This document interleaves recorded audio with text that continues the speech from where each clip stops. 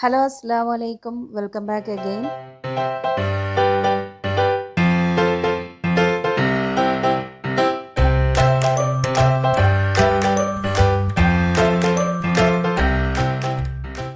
അപ്പോൾ ഈ ഒരു വീഡിയോ ഇന്നലത്തെ നോമ്പ് തുറൻ്റെ ചെറിയ വിശേഷങ്ങളൊക്കെയാണ്.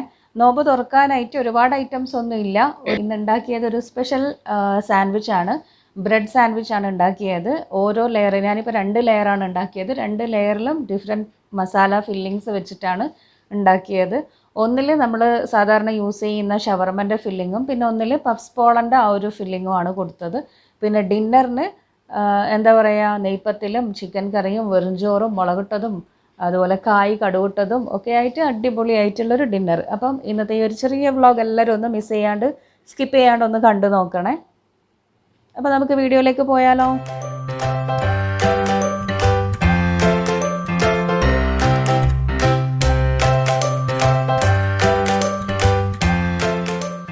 അപ്പോൾ ആദ്യം ഞാനിപ്പം നെയ്പ്പത്തിലിന് വേണ്ടിയിട്ടുള്ള അരി ഒന്ന് അരച്ച് വെക്കട്ടെ. ഇതൊരു 3-4 മണിക്കൂർ മുമ്പ് കുതിർത്ത് വെച്ച പുഴുങ്ങലരിയാണ്. പുഴുങ്ങലരി എന്ന് പറഞ്ഞാൽ നമ്മൾ ചോറ് വെക്കുന്ന അരി. അതൊരു തിളച്ച വെള്ളത്തിൽ 3-4 മണിക്കൂർ മുമ്പ് കുതിർത്ത് വെക്കുക. എന്നിട്ട് നന്നായി കഴുകി വെള്ളമൊക്കെ ഊറ്റിയെടുത്തതിന് ശേഷം അതിലേക്ക് ചെറിയ ജീരകം, വലിയ ജീരകം, ചെറിയ കഷ്ണം പട്ട, ഗ്രാമ്പൂ, ഏലക്ക, പിന്നെ തേങ്ങ, അതുപോലെ തന്നെ വലിയ ഉള്ളിയാണ് ഞാനെടുത്തത്. കുഞ്ഞുള്ളി ആകുമ്പം കുറച്ചും കൂടെ ടേസ്റ്റ് ആയിരിക്കും. ഒരു മീഡിയം വലിപ്പത്തിലുള്ള ഉള്ളി എടുത്തിന്. ഇതെല്ലാം കൂടെ നന്നായി കൈകൊണ്ടൊന്ന് കുഴച്ചെടുത്തതിന് ശേഷം ഞാനിപ്പോൾ മിക്സിയിലൊന്ന് അരച്ചെടുക്കുന്നുണ്ട്. അപ്പോൾ മിക്സിയിൽ അരക്കുമ്പോൾ എന്തായാലും കുറച്ച് വെള്ളം ഒഴിച്ചിട്ട് അരച്ചെടുക്കണം, ഇല്ലാന്നുണ്ടെങ്കിൽ അരയൂല. പിന്നെ അതുപോലെ തന്നെ അരി ഒരുപാട് അങ്ങ് ഫൈനായിട്ട് അരഞ്ഞു പോകരുത്. ഈ നെയ്പ്പത്തിലിന് അതുപോലെ കല്ലുമ്മക്കായി, പൊയിങ്ങപ്പത്തിൽ, പിന്നെ കക്കറൊട്ടി, ഇതിനൊന്നും ഒരുപാട് അങ്ങ് അരി അരഞ്ഞു പോകരുത്. ഒന്ന് തരുതരിപ്പായിട്ട് അരച്ചെടുക്കുക ചെയ്യേണ്ടുള്ളൂ. ഇപ്പം മിക്സിയിലായതുകൊണ്ട് കുറച്ച് വെള്ളം ഒഴിച്ചിട്ടാണ് നമ്മൾ അരച്ചെടുക്കാൻ. ഇനിയിപ്പോൾ ഗ്രൈൻഡറിലോ അമ്മിയിലോ ഒക്കെ ആകുമ്പം ആ ഒരു ടൈറ്റായിട്ട് തന്നെ ഉണ്ടാവും. അപ്പോൾ ഞാനിപ്പോൾ ഇതാ മിക്സിയിൽ കുറച്ചായിട്ട് അരി അരച്ചെടുത്ത് വെച്ചിന്. ഇനിയിപ്പോൾ ഇതൊന്ന് ടൈറ്റാക്കി എടുക്കണം. അതിന് അരിപ്പൊടി യൂസ് ചെയ്യണം. പിന്നെ അതുപോലെ തന്നെ നമ്മൾ ഉപ്പ് ചേർത്തിട്ടില്ല. അപ്പോൾ ഈ സമയത്ത് തന്നെ അങ്ങ് ഉപ്പ് ചേർത്ത് കൊടുക്കണം. കല്ലുപ്പാണെങ്കിൽ നമ്മൾ അരക്കുന്ന കൂട്ടത്തിൽ തന്നെ അങ്ങ് ഇട്ടിട്ട് അരച്ചെടുത്താൽ മതി കേട്ടോ. ഞാനിപ്പോൾ പൊടിയുപ്പായതുകൊണ്ട് ഇപ്പം ചേർത്തിന്. ഇനിയിപ്പോൾ ഇത് അരിപ്പൊടിയും കൂട്ടിയിട്ടൊന്ന് ടൈറ്റാക്കി എടുക്കാം. അങ്ങനെ ഇപ്പോൾ ഇതാ അരി റെഡിയാക്കി വെച്ചിന്. ഇനിയിപ്പോൾ ഇത് കുറച്ച് കഴിഞ്ഞിട്ടൊരു മഗ്‌രിബ് അടുക്കുമ്പോൾ ചുട്ടെടുത്താൽ മതി. കാരണം ആ ചൂടോട് കൂടിയിട്ടല്ല നെയ്പ്പത്തിലൊക്കെ തിന്നാൻ ടേസ്റ്റ് ഉണ്ടാവാൻ. അപ്പോൾ ഇനിയിപ്പം സാൻഡ്വിച്ചിൻ്റെ കാര്യങ്ങളൊക്കെ ഒന്ന് റെഡിയാക്കി എടുക്കണം. അപ്പോൾ ഫില്ലിങ്സ് ഒക്കെ ഓൾറെഡി ആക്കി വെച്ചിട്ടുണ്ട്. പിന്നെ ഈ ബ്രെഡ് ഞാൻ ഓൾറെഡി ഇവിടെ ഉണ്ടാക്കിയത് തന്നെയാണ്, കുറച്ച് വലിയ സൈസിലുള്ള ബ്രെഡ്. അപ്പം ഫില്ലിങ്സ് ഞാനിപ്പം 2 ഫില്ലിങ് വെച്ചിട്ടാണ് ഈ ഒരു സാൻഡ്വിച്ച് ഉണ്ടാക്കുന്നത്. ഒന്ന് സാധാരണ നമ്മൾ ഷവർമൻ്റെയൊക്കെ ഫില്ലിങ് ഉണ്ടാക്കുന്നില്ലേ, വെജിറ്റബിൾസും ചിക്കനും അതുപോലെ മയണൈസൊക്കെ മിക്സ് ആക്കിയിട്ട്. അപ്പം ചിക്കൻ ഞാൻ ഓൾറെഡി ഉപ്പും കുരുമുളകും ഇട്ട് വേവിച്ച ചിക്കൻ ചെറിയ ചെറിയ പീസാക്കിയിട്ട് എടുത്തിട്ട് പിന്നെ കുറച്ച് ക്യാബേജ്, ക്യാരറ്റ്, സവാള, അതുപോലെ തന്നെ മയണൈസ് എല്ലാം കൂടെ മിക്സാക്കി എടുത്തിട്ടുണ്ട്. ഇതൊരു ഫില്ലിംഗ് ആണ്. പിന്നെ പുഴുങ്ങിയ മുട്ടയുണ്ട്. ആ മുട്ടയും പഫ്സ്പോളൻ്റെ ഫില്ലിങ്ങും ആണ് വേറൊരു ലെയറിൽ വെക്കുന്നത്. അപ്പം ബ്രെഡ് ഞാനിതാ കട്ട് ചെയ്തെടുക്കുന്നുണ്ട്. ഇത് കുറച്ച് വലിയ സൈസിൽ ഇവിടെ ഉമ്മ ഉണ്ടാക്കി വെച്ച ബ്രെഡാണ്.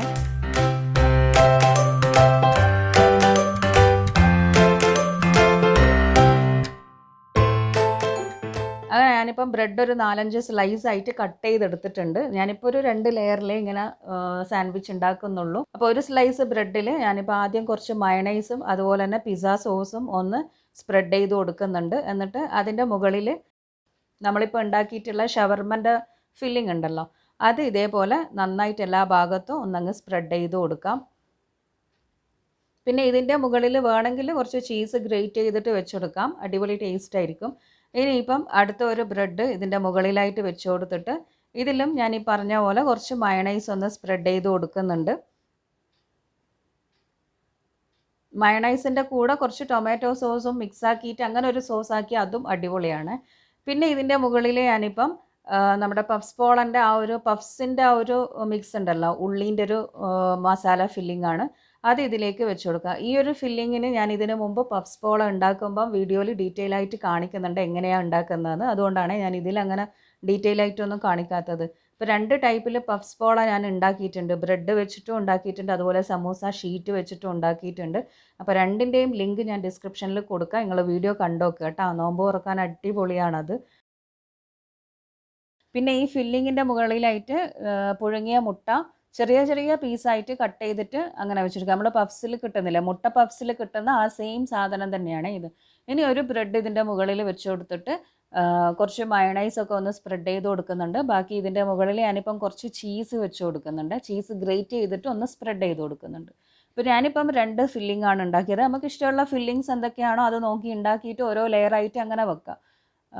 ഇനിയിപ്പം എന്താ ചെയ്യേണ്ടത്, ഇത് ഞാനൊന്ന് ജസ്റ്റ് ഒന്ന് ബേക്ക് ചെയ്തെടുക്കുന്നുണ്ട്. ഒരു 5 മിനിറ്റ് ഒന്ന് ഓവണിൽ, അതായത് ഈ ചീസൊക്കെ ഒന്ന് മെൽറ്റ് ആവാനായിട്ട് ഒന്ന് ഓവണിൽ വെച്ചെടുക്കാമെന്ന് വിചാരിച്ചു. അപ്പം റെഡ് ക്യാപ്സിക്കം ഞാൻ ഇതേപോലെ ഇങ്ങനെ ഗാർണിഷിങ്ങിൻ്റെ മുകളിൽ ഇങ്ങനെ വെച്ച് കൊടുത്തിട്ടുണ്ട്.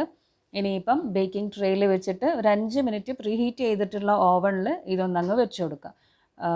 എന്താ പറയുക, ഒരുപാട് സമയമൊന്നും വെക്കണ്ട, ഒരുപാട് സമയമൊന്നും വേണമെന്നില്ല. ഒരു എന്താ പറയുക, ചീസൊക്കെ ഒന്ന് മെൽറ്റ് ആവണം, അത്രയേ ഉള്ളൂ, ഒന്ന് ചൂടാവണം, അത്രയേ ഉള്ളൂ.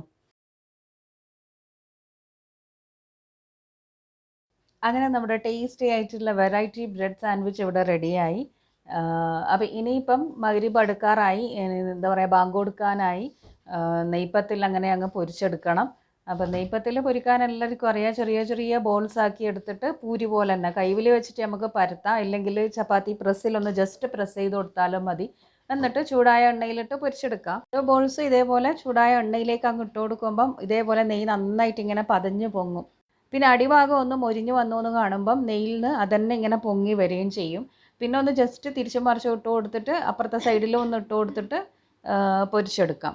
അപ്പോൾ ഇതൊക്കെ ഉണ്ടാക്കാൻ എല്ലാവർക്കും അറിയാവുന്നത് തന്നെയാണ്.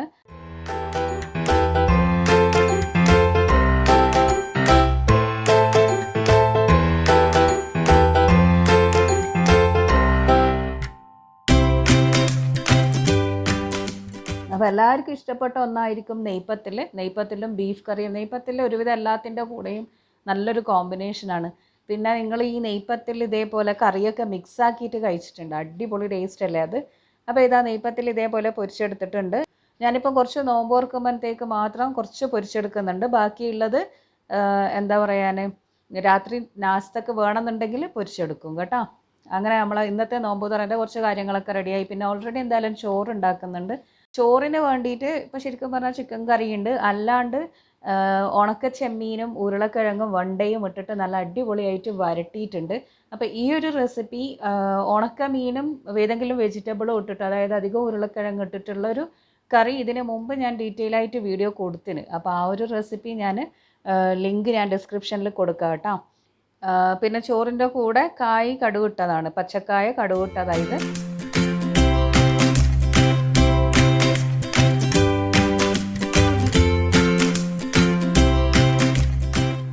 അപ്പോൾ ഇന്നത്തെ ഈ ഒരു വ്ളോഗ് എല്ലാവർക്കും ഇഷ്ടമായി എന്ന് വിചാരിക്കുന്നു. അപ്പോൾ ഇഷ്ടമായാൽ ലൈക്ക് ചെയ്യാൻ മറക്കരുത്. വീഡിയോസൊക്കെ എല്ലാം കണ്ടു നോക്കണേ.